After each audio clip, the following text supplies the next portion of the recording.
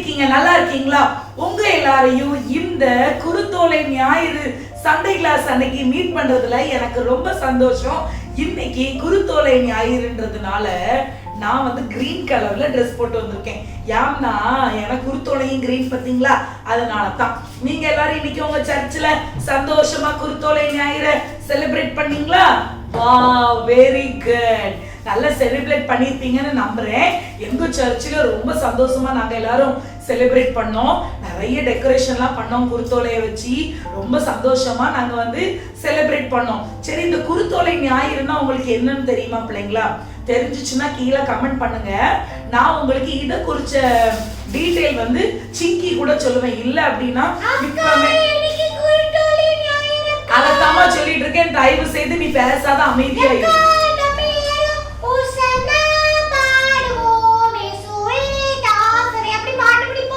அதனால பிள்ளைங்களா பாத்தீங்களா, இப்பமே நம்ம சிங்கியை இன்வால்வ் பண்ணனா அவளுக்கு கோவம் வந்துடும். அதனால நம்ம வந்து இப்போ 12 சீடர்களுடைய எபிசோட்ல 11வது சீஷரான சலோத்தே சீமோனை பத்தி பார்த்துட்டு அதுக்கப்புறம் நம்ம என்ன பண்ணிடலாம் அப்படின்னா டைரக்டா நம்ம குருத்தோலை ஞாயிறை குறிச்ச வந்து நம்ம எலாபரேட் பண்ணி பேசலாம். சரியா?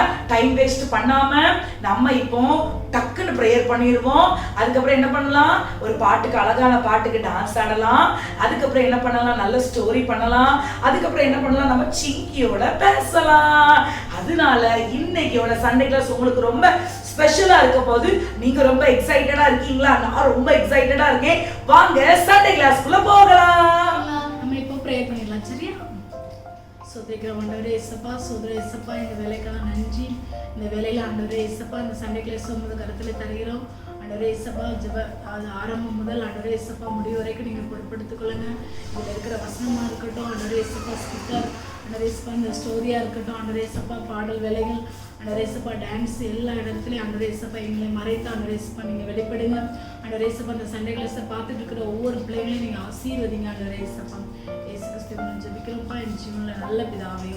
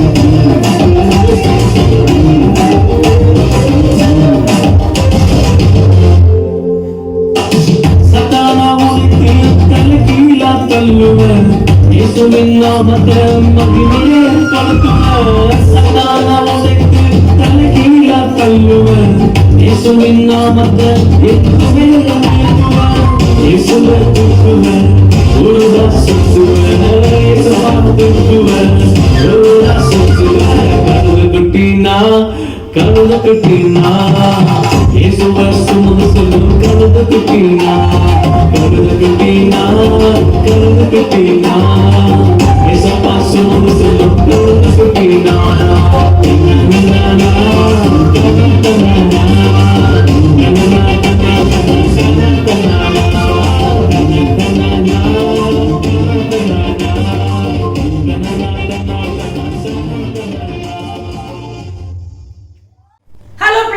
இப்ப நம்ம என்ன செஷனுக்கு வந்திருக்கோம் அப்படின்னா நம்ம சீடர்களுடைய எபிசோட்ல நம்ம முடிவுக்கு வர போறோம். இன்னும் 2 சீடர்கள் குறிச்சு தான் இருக்கு. இன்னைக்கு நம்ம பார்க்க போற சீஷனுடைய பேர் என்ன அப்படின்னா கானானியனாகிய சீமோன். லூக்கா 6வது அதிகாரத்துல இவங்களுக்கு பேர் வந்து குறிப்பிடப்பட்டிருக்கு. எப்படி தெரியுமா? சலோத்தே சீமோன் அப்படின்னு சொல்லி குறிப்பிடப்பட்டிருக்கு. இவங்க வந்து 11வது இடத்துல இருக்காங்க. 12வது சீஷன் ஆகிய யூதாஸ் காரியத். அது அடுத்த வாரத்தோட நம்ம சீடர்களுடைய எபிசோட் முடிவுக்கு வருது. அதுக்கப்புறம் யாரை குறிச்சு உங்களுக்கு பார்க்கணும், இன்னும் யாரை குறிச்சு உங்களுக்கு பார்க்க ரொம்ப ஆர்வமா இருக்கு, பைபிளை குறிச்சு இதை குறிச்சு தியானிங்க அப்படின்னு நீங்க சொல்றதுக்கு யாருக்காவது ரொம்ப டாபிக் ஆசையா இருந்து அப்படின்னா அந்த டாபிக்கை நீங்க கமெண்ட்ல போட்டு நீங்க எங்களுக்கு தெரிவிக்கப்படலாம். சரியா? இன்னைக்கு நம்ம 11வது சீஷன் ஆகிய சலோத்தே சீமோனை குறிச்சு பார்ப்போம். சலோத்தே சீமோன் யாரு தெரியுமா? சரி விடுங்களேன். சீமோன் அப்படின்னா அதுக்கு அர்த்தம் என்ன தெரியுமா? பேதுரு இருக்காங்க தெரியுமா? நம்ம பேதுரு, அவங்களோட மீனிங் நான் உங்களுக்கு சொல்லி இருந்திருப்பேன். பேதுரு அப்படின்னா பாறை அப்படின்னு அர்த்தம். ஆனா சீமோன் அப்படின்றதுக்கு என்ன அர்த்தம் அப்படின்னா நாணல் அப்படின்னு அர்த்தமா. நாணல் அப்படின்னா ஒரு காத்து அடிச்ச உடனே அது வந்து சாஞ்சு போகிற ஒரு நாணலாம். ஆனா பாறை அதுக்கு எதிர்மறையா இருக்கு பாத்தீங்களா? சரி, அப்புறம் இந்த சலோத்தே அப்படின்னா என்னது தெரியுமா? கேட்டா நீங்களே ஷாக் ஆயிருப்பீங்க. ஏன்னா படிச்ச நானே ஷாக் ஆயிட்டேன். அவ்வளவு ஆச்சரியமா இருந்துச்சு சலோத்தேயோட மீனிங்க பார்க்கும்போது. சலோத்தே சீமோன் அப்படின்னா என்ன தெரியுமா? சலோத்தே அப்படின்னா தீவிரவாதி என்று அர்த்தமா. சீமோன் யார் தெரியுமா? ஒரு தீவிரவாதி. ஒரு ப்ரொடெஸ்ட் பண்ணுவாங்களாம் நம்ம தேசத்து மக்களுக்காக. அவங்க வந்து என்ன பண்ணுவாங்களாம், வந்து புரட்சி பண்ணுவாங்களாம், தீவிரவாதம் பண்ணுவாங்களாம், பயங்கர கோபக்காரராம். ஐயோ, நமக்கு ரகிச்சு கூட பார்க்க முடியாது. அந்த 12 சீடர்கள்ல சீமோனை குறிச்சு பார்க்கும்போது எனக்கு அவ்வளவு ஆச்சரியமா இருந்துச்சு. எப்படி இதெல்லாம் சாத்தியமா இருந்து அப்படின்னு சொல்லிட்டு எனக்கு ரொம்ப ஆச்சரியமா இருந்துச்சு. இந்த தீவிரவாதி அப்படின்னு எப்படி அவங்க வந்து மாறினாங்க அப்படின்னா, யூதர்கள் எல்லாருமே அந்த ஒரு குறிப்பிட்ட பட்டணத்துலதான் வாழ்ந்து வந்துகிட்டு இருந்தாங்க. அப்புறம் பிலாத்துவனுடைய காலம் போனதுக்கு அப்புறம் ரோம அரசாட்சி வரும்போது அவங்க வந்து இந்த ரோம அரசாட்சி வந்து யூதர்களை ரொம்ப ஒடுக்கவும், ரொம்ப கஷ்டப்படுத்தவும், ரொம்ப துன்புறுத்தவும், அதுக்கப்புறம் வந்து நிறைய டாக்ஸ் போடவும், நிறைய பிரச்சனைகள்ல என்ன பண்ணுவாங்களா, யூதர்களை ரொம்ப துன்புறுத்துவாங்களாம். அப்ப இவங்க துன்புறுத்துறதுனால என்ன பண்றாங்க அப்படின்னா, ரோமா அரசாட்சிக்கு விரோதமா இவங்க எழும்பி உருவாயிருக்கிற இந்த தீவிரவாதம் தான் இவங்க. அதுல மெயினான அந்த தீவிரவாதத்துல மெயின் யாரு அப்படின்னா நம்ம சலோத்தே ஆகிய சீமோன். இப்போ உங்களுக்கு நான் ஒண்ணு விஷயத்த சொல்றேனே, ஏசு கிறிஸ்து கூட சிலுவையில் அறையப்பட்டாங்க 2 கள்ளர். அந்த 2 கள்ளரும் யாரு தெரியுமா? நம்ம அந்த தீவிரவாதி கூட்டத்துல இருந்து 2 பேர் தான். தீவிரவாதம் பண்ணுவீங்களா, ப்ரொடெஸ்ட் பண்ணுவீங்களா, வெளியே இறங்கி வன்முறையில ஈடுபடுவீங்களா, கவர்மெண்ட்டுக்கு விரோதமா நீங்க எழும்புவீங்களான்னு சொல்லி காவலர்களால, போலீஸ் அதிகாரிகளால பிடிக்கப்பட்டுதான் அவங்கள சிலுவையில் அரைஞ்சாங்களாம். அப்ப அந்த கூட்டத்துல இருந்து ரட்சிக்கப்பட்டதுதான் யாரு? நம்ம கானானியனாகிய சீமோன். இனி ஒரு புத்தகத்துல எப்படி சொல்லப்பட்டிருக்கு அப்படின்னா, இது வந்து உண்மை கிடையாது. எந்த அளவுக்கு இது உண்மை அப்படின்னு சொல்ல முடியாது. ஏன்னா இப்ப சொல்ல போற கதை எல்லாமே உண்மையிலே அந்த அகழ்வாராய்ச்சி மூலியமா நிரூபிக்கப்பட்ட விஷயம் தான். ஆனா இப்ப நான் சொல்ல போற காரியம் வந்து அது உண்மையா அப்படின்றது சொல்ல தெரியாது. அது வந்து ப்ரூஃப் பண்ணல. என்ன சொல்றாங்க அப்படின்னா, நம்ம ஏசப்பா வந்து முதல்ல காணா ஒரு கல்யாணத்துல திராட்சை ரசம் குறைவுபட்ட உடனே ஏசப்பா சொல்றாங்க ஜாடிகளை நிரப்புங்க அப்படின்னு சொல்றாங்க. முதல் அற்புதம் காணா ஒரு கல்யாணத்துல நடக்கு. அந்த கல்யாண மாப்பிள்ள தான் யாருன்னு சொல்றாங்கன்னா நம்ம சீமோன் அப்படின்னு சொல்றாங்க. முதல்ல தன்னுடைய கல்யாணத்திலே இவங்க அவ்வளவு பெரிய அற்புதம் செஞ்சிருக்காங்க அப்படின்னு சொல்லி அந்த தீவிரவாதத்தை விட்டு அவங்க வந்து என்ன பண்றாங்க அப்படின்னா ஏசப்பாவுக்கு சீஷனா இருக்காங்க அப்படின்னு ஒரு பக்கம் சொல்லப்படுது. ஒரு பக்கம் எப்படி சொல்லப்படுது அப்படின்னா, ஒரு தீவிரவாதிக்கு இப்படி கல்யாணம் நடக்கும் அப்படின்னு ஒரு பக்கமும் சொல்லப்படுது. அதனால இந்த டாபிக் வந்து நமக்கு அப்பாற்பட்டது. ஸோ இது வந்து உண்மை அப்படின்றது நிரூபிக்கப்படலை. அதனால இந்த டாபிக்கை நம்ம விட்டுறலாம். சரி, இப்போ இவருடைய பயணங்களை குறித்து நம்ம சொல்லலாம். இவர் வந்து ரொம்ப சாஃப்ட். ஃபர்ஸ்ட் வந்து ரொம்ப கோவப்படுற கேரக்டர் தான். ஆனா எப்படி ஏசப்பாவை ஏற்றுக்கொண்டாங்க அப்படின்னா, ஏசப்பாவோட அற்புதங்களையும் அதிசயங்களையும் கண்டு அந்திரேயா மூலியமா அவங்க என்ன பண்றாங்கன்னா இயேசு கிறிஸ்துவை ஏற்றுக்கொள்றாங்க. ஆனா அந்த அந்திரேயாவை குறிச்சு 4 சுவிசேஷ புத்தகத்திலையும் அவ்வளவா இடம் பெறலனாலும் நிறைய ஆத்துமாக்களை, நிறைய சீஷர்களை இவங்க தான் இயேசு கிறிஸ்து கிட்ட கூட்டிட்டு வந்திருக்காங்க. பாத்தீங்களா, மறைமுகமா இருந்து வேலை செய்யறாங்க. இப்போ நான் உங்களுக்கு ஒரு ஒரு இதை சொல்றேனே, இப்போ வந்து எங்க ஆர்பிடிஎம் சர்ச்சை நீங்க எடுத்துக்கிடுங்களேன். இப்போ எத்தனையோ நீங்க வீடியோக்களை பார்ப்பீங்க, எத்தனையோ நாங்க நாடகத்தை போடுறோம், சரியா? அப்ப அந்த நாடகத்துல யாரெல்லாம் வருவா? நான் வருவோம், எங்க பாஸ்டமா வருவாங்க, அப்புறம் தினகரன் பிரதர் வருவாங்க, ஆனந்தி சிஸ்டர் வருவாங்க, ராணி சிஸ்டர் வருவாங்க, அப்படி பலதரப்பட்ட கேரக்டர் வருவாங்க. இப்போ 2-3 நாடகத்தை யார் வராங்க? நம்ம கில்டா ஆன்ட்டி வந்துட்டு இருக்காங்க. அப்போ நிறைய பேர் வருவாங்க. ஆனா இந்த கதையை வந்து ஃபுல்லா கரெக்ட் பண்றதும், கடைசியில கிளைமேக்ஸ் சொல்றதும், அதுக்கப்புறம் இது வந்து இப்படி எடுங்கன்னு சொல்லிட்டு எங்களுக்கு ஆலோசனை கொடுக்கறதும், எங்களுக்கு வசனத்தை சொல்றதும் யாரு? எங்க பாஸ்டர் தான். ஆனா கேமரா முன்னால வர மாட்டாங்க. அதே மாதிரி தான் இந்த 12 சீடர்களையும் நம்ம சீமோன் அப்படின்றவங்க வந்து மறைமுகமா தான் வேலை பார்ப்பாங்களே தவிர முன்னால அவங்க வந்ததே கிடையாது. அதனாலதான் இந்த 4 சுவிசேஷ புஸ்தகங்களையும் அவர் வந்து எந்த விதத்திலையுமே வந்து அவங்க வந்து ஏசப்பா கூட இந்த ஊழியத்துக்கு போனாங்க, ஏசப்பா கூட அந்த ஊழியத்துக்கு போனாங்க அப்படின்னு சொல்லி நம்ம சலோத்தே சீமோனை குறிச்சு எந்த இடத்துலயுமே வந்து எழுதப்படலை, குறிப்பிடப்படலை. அவங்க பண்ண வேலை வந்து ரொம்ப மறைமுகமாகவும் ரொம்ப பயங்கரமாகவும் இருந்துச்சுன்னு சொல்லிட்டு அகழ்வாராய்ச்சியில ஒரு ஹிஸ்டாரிக்கல் ஆசிரியர் வந்து குறிப்பிட்டிருக்காரு. அதுக்கப்புறம் அப்போஸ்தலர் நடபடிகளை எழுதியிருக்கிறது போல 2வது அதிகாரத்துல மேல் மாடியில கூடியிருக்கிறாங்க. 12 பேர்ல பரிசுத்த ஆவியினால நிறையிறாங்க. அதுக்கப்புறம் வர்றாங்க, சீட்டு குலுக்கி போடுறாங்க. அப்போ வந்து நம்ம சலோத்தே சீமோனுக்கு கிடைக்கப்பட்ட இடம் எந்த இடத்துக்கு சுவிசேஷத்துக்கு சொல்ல போகணும் அப்படின்னா எகிப்து தேசத்துக்கு போகணும் அப்படின்னு சொல்லி எழுதப்பட்டிருக்கு. எகிப்து தேசத்துல ஒரு இடம், அழகான ஒரு இடம் இருக்கு. அந்த இடம் பேர் என்ன அப்படின்னா சுவானேர் அப்படின்னு ஒரு இடம் இருக்கு. சுவானேர்ல ஒரு பூசாரிகள் இருக்கிறாங்க. அது ஒரு விக்கிரக வழிபாடு செய்கிறவங்க இருக்கிறாங்க. அவங்க என்ன பண்றாங்க அப்படின்னா நம்ம சீமோனை கூப்பிட்டு ரொம்ப வார்ன் பண்றாங்க. ஆனா சீமோன் தான் பயப்படுற ஆளே கிடையாது. ஏன்னா ஏற்கனவே அவங்க வந்து தீவிரவாதியாச்சு. அதனால இவங்க வந்து எல்லா 10 சீஷர்களும் என்ன பண்றாங்க? அமைதியா சொல்லுவாங்க, நாங்க வந்து ஊழியத்தை செய்வோம், இல்ல அப்படின்னா எங்க ஜீவனை எடுத்துக்கிடுங்க, கர்த்தர் உங்களை நேசிக்கிறார் அப்படின்னு தான் சொல்றத மாதிரி நம்ம பார்த்திருக்கோம். ஆனா நம்ம சலோத்தே சீமோன் எப்படி சொல்றாங்க தெரியுமா? ஜீவனே இல்லாதவன் கடவுளை குறிச்சு நீ பூசாரியா இருக்கிற நீயே இவ்வளவு வைராக்கியமா இருக்கும்போது என் தேவன் மரிச்சு 3ஆம் நாள் எழுந்து எங்களுக்காக ரத்தத்தை சிந்திருக்கிறார், அவங்களுக்காக நாங்க சுவிசேஷத்தை எப்படி அறிவிக்காம இருப்போம்னு சொல்லிட்டு அப்படி ஒரு பகிரங்கமா சொல்லுவாங்களாம். பாத்தீங்களா எவ்வளவு ஒரு தைரியம் அப்படின்னு பாத்தீங்களா? அநேக ஜனங்களை, எப்படி சொல்லவே முடியாது, அநேக ஜனங்களை இயேசு கிறிஸ்துக்குள்ள வழி நடத்திருக்கிறாங்க. அநேக அற்புதங்களை அதிசயங்களையும் அவங்க செஞ்சிருக்காங்க. அப்புறம் இந்த பூசாரிகள்லாம் என்ன பண்ணிட்டாங்க அப்படின்னா தனியா இருந்து மீட்டிங் போடுறது, எப்படியாவது இந்த சீமோனை காலி பண்ணிடணும், விடக்கூடாது அப்படின்னு சொல்றாங்க. சொன்ன உடனே என்ன பண்றாங்க பிளான் போடுறாங்க. அதே மாதிரி ஆனா இவங்க வந்து இந்த எகிப்து தேசத்துல ஊழியத்தை செஞ்சுக்கிட்டு இருக்கும்போது யார் வந்துருது அந்த இடத்துக்கு? ததேயும் வந்துருந்தாங்க. நம்ம யூதா ததேயும் வந்துடுறாங்க. வந்த உடனே 2 பேரும் சேர்ந்துதான் ஊழியத்தை செஞ்சுக்கிட்டு இருக்கும்போது நம்ம ததேயுவை என்ன பண்றாங்க அப்படின்னா பிளான் போட்ட மாதிரியே அம்புகளால எய்து என்ன பண்ணிடுறாங்க? கொண்டிருந்தாங்க. ஆனா சீமோனை என்ன பண்றாங்க தெரியுமா?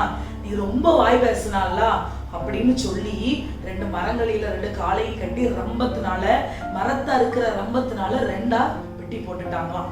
பாத்தீங்களா? அந்த டைம்ல கூடயும் அவங்களை என்ன பண்ணிட்டாங்க? ஊர் ஜனங்கள் முன்னால நம்ம ததேயும் யூதாவையும் சீமோனையும் என்ன பண்றாங்க? அடக்கம் கூட பண்ணதுக்கு போடவே இல்லை. சில நாட்கள் அப்படியே விட்டுட்டாங்களாம். கேஸ்பியன் கடல் அருகே கொண்டு போய் போட்டுட்டாங்களாம். அந்த கடல் அருகே இருக்கிற ஜனங்கள், அந்த சீமோன் வந்து ஊழியத்தை செஞ்ச ஆதாயப்படுத்தி வைத்திருந்த ஜனங்கள் தான் அவங்களை கொண்டு போய் அடக்கம் பண்ணாங்களாம். இப்பவும் அவங்க பேர்ல ஒரு பெரிய சர்ச் அந்த இடத்துல இருக்கு. பாத்தீங்களா பிள்ளைங்களா? இவங்களை பத்தி எந்தெந்த இடத்துல எப்படி ஊழியம் செஞ்சிருக்காங்க அப்படின்னு அற்புதங்கள் செய்யப்பட்டிருக்குன்னு சொல்லதான் படுது. ஆனா கர்த்தருக்காக அவங்க எழும்பி பிரகாசிச்ச காரியங்களை பார்த்தீங்களா பிள்ளைங்களா? அதே மாதிரிதான் ஒரு தீவிரவாதியே ஏசப்பாவால மாற்ற முடியும் அப்படின்னா கண்டிப்பா உங்களையும் ஆண்டவர் மாற்றதுக்கு வல்லவராய் இருக்கிறார், என்னையும் மாற்றதுக்கு வல்லவராய் இருக்கிறார். இப்போ நான் எதுக்கு இதை உங்களுக்கு நான் சொல்றேன் அப்படின்னா, ஒரு சின்ன சின்ன பாவங்கள்ல நம்ம வந்து எப்படி பண்ணியிருப்போம், அடிமையில இருப்போம். ஃபார் எக்ஸாம்பிள் எப்படி சொல்லலாம் அப்படின்னா, சில பேர் வந்து சினிமா பாட்டுக்கு அடிமையா இருப்பாங்க, சில பேருக்கு வந்து சோசியல் பாட்டு தானே அப்படின்னு சொல்லிட்டு அதுக்கு அடிமையா இருப்பாங்க, சில பேருக்கு வந்து சேட் பண்ணிட்டே இருக்கணும் அதுக்கு அடிமையா இருப்பாங்க, சில பேர் வந்து அப்படி நிறைய அடிமைத்தனத்துல இருப்பாங்க. அப்ப ஏசப்பா கிட்ட நம்ம மன்றாடி ஜெபிக்கும் பொழுது, ஆண்டவரே ஒரு விடுதலை கொடுங்க ஏசப்பா, இது உங்களுக்கு விரோதமா நான் பண்ற பாவம் ஆண்டவரே என்ன மன்னிங்கன்னு சொல்லி நீங்க ஏசப்பா கிட்ட மன்னிப்பு கேட்கும் போது கண்டிப்பா இயேசு கிறிஸ்து உங்களுக்கு விடுதலை கொடுக்க வல்லவராய் இருக்கிறார். அதனால பிள்ளைங்களா, இந்த குருத்தோலை ஞாயிறு அன்னைக்கு ஏசப்பாவோட சிலுவையின் அண்டையில நம்ம நெருங்குவோம். ஏசப்பா வந்து மரிக்க போகிற தருவாயில கெத்செமனே தோட்டத்துல இருந்து ஜெபித்து கொண்டு இருக்கும்போது என்ன பண்றாங்க, ஏசப்பா வியாகுலப்பட்டு ஜெபிக்கிறாங்க. அவங்க கிட்ட வியாகுலப்படும்போது அவங்க சரீரத்துல இருந்து அந்த வியர்வை கூட எப்படி வந்துச்சான், ரத்தமா மாறிச்சான். அப்ப அவர் யாரை குறிச்சு வியாகுலப்படுறாங்க, யாரை குறிச்சு அவங்களுக்கு அவ்வளவு ஒரு பாரம், எல்லாம் நம்மளை குறிச்சு அப்படித்தானே. நம்ம செஞ்ச பாவத்தை ஏசப்பா அவங்க மேல சுமந்ததுனாலதான் அவங்களுக்கு அவ்வளவு ஒரு பாரம். நம்ம கொஞ்சம் கொஞ்சமா நம்ம விடுறதுக்கு முயற்சி பண்ணுவோம். நீங்க முயற்சி பண்ணீங்க அப்படின்னா கண்டிப்பா உங்களுக்கு ஏசப்பா பரிபூர்ண விடுதலை கொடுக்க வல்லவரா இருக்கிறார். நீங்க இதுல பார்த்து ரொம்ப சந்தோஷப்பட்டிருக்கீங்கன்னு நம்புறோம். வாங்க நம்ம உங்களுக்காக ஜெபிப்போமா? கண்களை மூடுங்க பார்க்கலாம். எல்லாரும் ஜெபிக்கணும், சரியா? ஸ்தோத்தரிக்கிறோம் ஆண்டவரே, நன்றியோடு கூட துதிக்கிறோம், ஸ்தோத்தரிக்கிறோம். ஆவியானவரே, கிருபை நிறைந்தவரே, இரக்கம் நிறைந்தவரே, மகா பரிசுத்தம் உள்ளவரே, துதிக்கிறோம். அப்பா, இன்னைக்கு கானானியன் ஆகிய சீமோனை குறித்து பார்க்க கர்த்தர் கொடுத்த தயவிற்காக நன்றி செலுத்துகிறோம். அநேக காரியங்களை கற்றுக் கொடுத்தீரே ஏசப்பா, அதற்காக நன்றி. ஐ ஓப்பனிங் காரியமாக இருந்துச்சு ஏசப்பா, அதற்காக நன்றி செலுத்துகிறோம். ஆவியானவரே, உடைய கரத்துல அர்ப்பணிக்கிறோம். ஒப்பு கொடுக்கிற ஒவ்வொரு பிள்ளைகளும் உடைய கரத்துல அர்ப்பணிக்கிறோம். தேவன் தாமே ஆசீர்வதிப்பீராக. ரகசியமான அந்தரங்கத்துல பாவத்துல இருக்கிற பிள்ளைகளுக்கு ஆண்டவரே, என் தேவன் ஒரு பெரிய விடுதலை கொடுக்கும்படியாக ஜெபிக்கிறோம். அற்புதங்களையும் அதிசயங்களையும் செய்யுங்க. எல்லா துதி கன மகிமை எல்லாம் உமக்கே செலுத்துகிறோம். இயேசுவின் மூலம் ஜெபிக்கிறோம் நல்ல பிதாவே, ஆமென். ஹலோ பிள்ளைகளா, நீங்க எல்லாரும் எப்படி இருக்கீங்க? நல்லா இருக்கீங்களா? இன்னைக்கு நான் ரொம்ப சந்தோஷமா இருக்கேன். எதுக்கு பாப்போம், எதுக்கு சிங்கி சந்தோஷமா இருக்காங்க சொல்லுங்க. ஏன்னா இன்னைக்கு சிங்கிக்கு ஒரு வேலை குறைஞ்சிட்டு தெரியுமா? என்ன வேலைக்கா? வசனம் படிக்கிற வேலை குறைஞ்சிட்டு. ஏன்னா நான் சந்தோஷமா இல்லக்கா. அப்ப என்ன ஆயிட்டு? என்ன விஷயத்துக்கு சந்தோஷம்? என்ன விஷயம்? இன்னைக்கு வந்து என்ன தெரியுமா? காது கட்டுங்க. Palm Sunday. ஏன் இத தூரமா கூட சொல்லலாம்ல, ஏன் காத்துக்குள்ள வந்து தான் சொல்லணுமா? இப்போ பாருங்க, உங்களுக்கு ஒரு சர்ப்ரைஸ் இருக்கு. என்ன சர்ப்ரைஸ்? என்ன சர்ப்ரைஸ் தெரியுமா? இயேசு ராஜா முன்னே செல்கிறார். ஓசன்னா கீதம் பாடுவோம். ஓசன்னா ஜெயமே, ஓசன்னா ஜெயமே, ஓசன்னா ஜெயமே, ஓசன்னா ஜெயம் நமக்கே. இங்கு ஓசன்னா ஜெயம் நமக்கே. போதுமாமா? எடுத்து முடிச்சிட்டியா? சூப்பரா இருந்துச்சு. எல்லாருக்கும் ஹாப்பி குருத்தோலை ஞாயிறு. அது என்னது ஹாப்பி? அது இங்கிலீஷ்ல சொல்ல தெரியாது ஜிங்கி எனக்கு. Happy palm Sunday. Happy palm Sunday. ஹாப்பிக்கு தமிழ்ல என்ன சொல்லுவாங்க? வாழ்த்துக்கள், சந்தோஷம். ஒரு நிமிஷம் நான் ஃப்ரேம் அப் பண்ணிக்கிறேன்.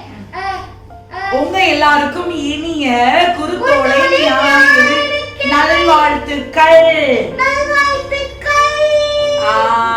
இந்த பாம் சண்டே குறிச்சு உங்களுக்கு என்னன்னு தெரியுமா? சொல்லுங்க. எனக்கு தெரியும்க்கா. வாவ், நில்லுங்க. இப்போ எல்லாரும் பிள்ளைங்களா, நான் சொல்லாம வர்றது கிடையாது. நம்ம சிங்கி தான் சொல்ல போறாங்க. எல்லாரும் கவனமா கேட்கணும். சிங்கி வந்து क्वेश्चन கேட்பாங்க, நீங்க பதில் சொல்லணும். சிங்கி உங்களை வந்து சமா அப்படின்னு கடிச்சு போடுவாங்க. எனக்கு கொஞ்சம் தான் தெரியும். நான் சொல்ற ரைட்டா பாருங்க, சரியா? மூக்குல குத்திடுவேன். எல்லார்கிட்டயும் சொல்லிட்டேனா இல்லையா? நீ தான் சொல்லணும். கொஞ்சம் மட்டும் பண்ணிடுங்க. நாக்கு அறுத்து போடுவேன். உள்ள இருக்குல்ல பச்சை கலர். ஹலோ பிள்ளையா, நாங்க சும்மா கஸ்பூஸ் பண்ணிட்டு இருக்கோம்.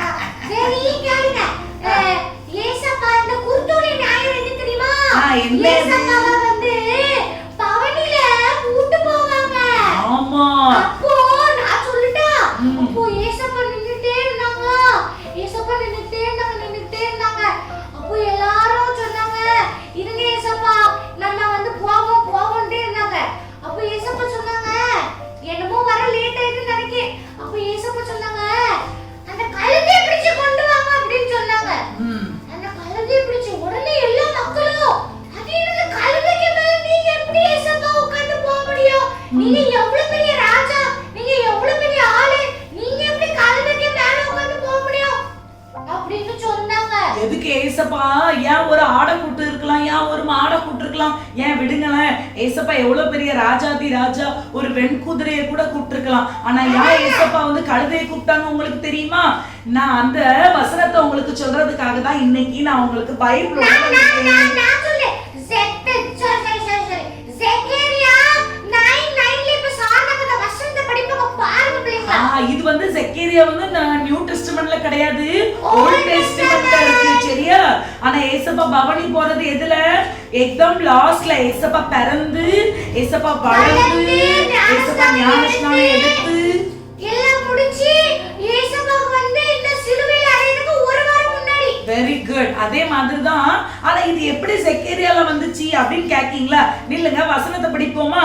செக்கரியா 9:9ல சீயோன் குமாரத்தியே மிகவும் களிக்கூறு, எருசலேம் குமாரத்தியே கெம்பீரு, இதோ உன் ராஜா உன்னிடத்தில் வருகிறார், அவர் நீதி உள்ளவரும் ரட்சிக்கிறவரும் தாழ்மை உள்ளவரும் கழுதையின் மேலும் கழுதை குட்டியும் ஆகிய மரியின் மேலும் ஏறி வருகிறவராய் இருக்கிறார். பாத்தீங்களா எவ்வளவு அழகா இருக்கு.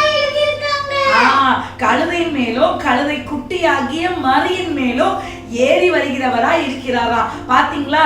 இது சக்கரியா யார் தெரியுமா? ஏசப்பாவோட தீர்க்கதரிசி.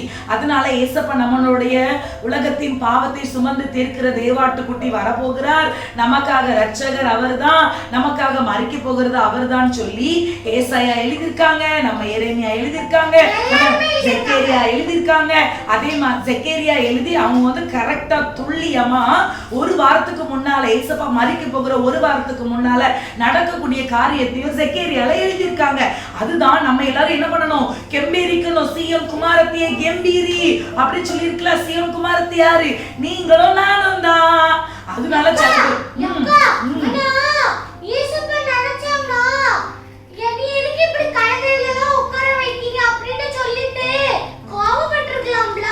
ஏசப்பா அப்படி கிடையாது. ஏசப்பா வந்து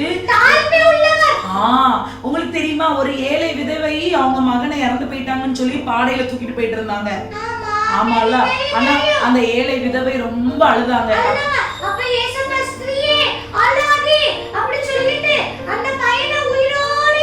உயிரோட எழுப்புனாங்கமா. அதுக்குள்ள ஒரு மேட்டர் இருக்கு. இயேசு அழுதார் அப்படின்னு ஒரு வசனம் உண்டு. அந்த இடத்துல இயேசு அழுதுருக்கா. நீ அழ வேண்டாம், போதும். இப்படிதான் எல்லாரும் அழுறீங்க. கிடையவே கிடையாது, இது தப்பு. ஆக்சுவலி ஏசப்பா அழுதாங்க அப்படின்னா எதுக்கு தெரியுமா? நம்ம எப்படி இருக்கணும், நம்ம ஏசப்பா வந்து ரோல் மாடலா வச்சு நம்ம நடக்கிறதுக்காக தான் ஏசப்பா இப்படிப்பட்ட காரியங்கள் நமக்கு கற்றுக் கொடுத்திருக்கிறார். அதே மாதிரி தான் நம்ம லாசரு அவங்க இறந்து 4 நாள் ஆயிட்டு. அதுக்கப்புறம் மரியா ரொம்ப அழுதாங்க. ஏசப்பா வந்தாங்க. மரியா ஏசப்பாயை பார்த்து ரொம்ப அழுதாங்க. உடனே ஏசப்பா என்ன மரியா அழுறத பார்த்து ஏசப்பா என்ன சொன்னாங்க? ஏசு கண்ணீர் விட்டார் அப்படின்னு இருக்கு. பாத்தீங்களா? ஏசப்பா எவ்வளவு ஒரு நல்லவர், எவ்வளவு ஒரு வல்லவர். நீங்க அழுதீங்கனாலும் ஏசப்பா அழுவாங்க. ஏசப்பா இருதயம் தாங்கவே செய்யாது. ஏசப்பா இருதயம் எப்படி தெரியுமா? ஒரு பூ மாதிரி. நீங்க வந்து பாவம் பண்ணிட்டீங்க அப்படின்னா ஏசப்பாவை நீங்க சிலுவையில அரைக்கிறதா அர்த்தம். நீங்க பாவம் செய்யாம ஏசப்பாவுக்கு பிரியமான பிள்ளையா இருந்தீங்கன்னு வச்சுக்கிடுங்களேன், ஏசப்பா உங்களை தூக்கி தோள் மேல தூக்கி வச்சுட்டு சுமந்து ஓடிடுவாங்க. அதனால களவு செய்வியா ஜிங்கி? நீ போய் சொல்லாத, களவு செய்வியா? ஆனா இந்த ஜூலியட் இருக்கா தெரியுமா? டெய்லி 2 ரூபா களவாங்கலாம்.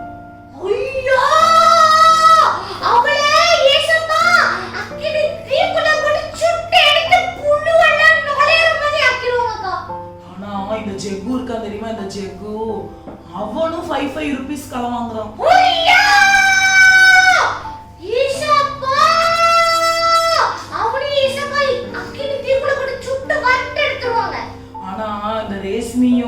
ஜோயலும் இருக்காங்கல்ல, அவங்க 2 பேரும் எப்பவும் சண்டை போட்டுட்டே இருக்காங்க.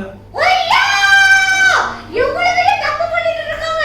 அக்கா பைபிள்ல என்ன வசனம் கொடுத்திருக்கு? என்ன வசனம் இருக்கு? ஒரு நிமிஷம் இருங்க. கண்ட சகோதரனிடத்தில் அன்பு கூறாவிட்டால் காணாத தேவனிடத்தில் எப்படி அன்பு கூறுவீர்கள்? அது ஒரு வசனம் இருக்கு. களவு செய்யாதிருப்பாயாக. பத்து கட்டளையிலே எத்தனையாவது ஒரு கட்டளையாவது. பிறகு என்னத்த இந்த பிள்ளைங்க இப்படி பண்றாங்க? அதே மாதிரி நீங்களும் யாராவது களவு அப்படி செய்யணும். பண்ணீங்க. அப்படி பண்ணிட்டு இருந்தீங்கன்னா ஒரு வாரம் உங்களுக்கு டைம் இருக்கு. சிலுவையில் அண்டைக்குள்ள நீங்க ஓடி வந்துருங்க. அப்போ ஏசப்பா உங்களை மன்னிச்சிடுவாங்க. ஏசப்பா எதற்காக உயிரை விட்டுருக்காங்க? நீ உங்களுக்காகவும் எங்களுக்காகவும் ஒரு நிமிஷம் உங்களுக்காகவும் எனக்காகவும் சாரதாக்காகவும் எல்லாருக்காகவும் தான் உயிர் விட்டுருக்காங்க. அதே மாதிரி தான் பிள்ளைங்களா, நீங்க எல்லாரும் மனம் திரும்புங்க, நாங்களும் மனம் திரும்ப போறோம். அப்ப நாங்க எப்படிக்கா? சிலுவையின் நிழலில் அனுதினம் அடியா சாய்ந்திலை பாடிடுவேன். அப்படி பாட்டு படிச்சிட்டு பாட்டு படிக்க போறோம்ப்பா. நாங்க போறோம், ஏசப்பாவோட சிலுவை நண்டையில நாங்க நெருங்க போறோம், மனம் திரும்ப போறோம், ரட்சிப்பின் வஸ்திரத்தை உடுக்க போறோம். ஒரு நிமிஷம் இருங்கக்கா. சொல்லு. எப்ப 12th எக்ஸாம் முடிச்சிருக்கா? 12th எக்ஸாம் முடிச்சிட்டு டென்ஷன் இல்ல, 2 எக்ஸாம் தான் இருக்குதா? அது நம்ம ஊர்ல, இப்போ தமிழ்நாடுல எப்படின்னு தெரியாது. அதனால 10th இப்ப 2 எக்ஸாம் தான் இருக்கு. சின்சியரா படிங்க, நல்ல எக்ஸாம் எழுதுங்க, நல்லா செடிங்க. மும்பைல இருக்கிற பிள்ளைங்க நல்லா படிங்க, ஊர்ல இருக்கிற பிள்ளைங்க நல்லா படிங்க. உங்களுக்கு எப்ப எக்ஸாம் இருக்கு என்ன இருக்குன்னு எங்களுக்கு தெரியல. ஆனா நீங்க வந்து மனசை திடன் படுத்தி ஐயோ வாயில வர படிக்க ஸ்ட்ராங்கா இருக்க, டென்ஷன் ஆகாதீங்க, ஸ்ட்ரெஸ் எடுக்காதீங்க, நல்லா படிங்க. எதுவும் தெரியல ஏசு கிட்ட ப்ரேயர் பண்ணுங்க, ஏசு ஞானத்தை தருவாங்க. ஞானத்தை தருவாங்க. அதுக்காக உங்க எல்லாருக்கும் ஒரு பிரேயர் ரிக்வெஸ்ட் என்னன்னா, எங்க வினோலின் அண்ணனுக்காக நீங்க ஜெபிச்சுடுங்க. எங்க வினோலின் அண்ணன் சக்சஸ்ஃபுல்லி எக்ஸாம் எழுதிட்டாங்க. எங்க வினோலின் அண்ணனுக்கு 2 எக்ஸாம் இருக்கு. நீங்க 2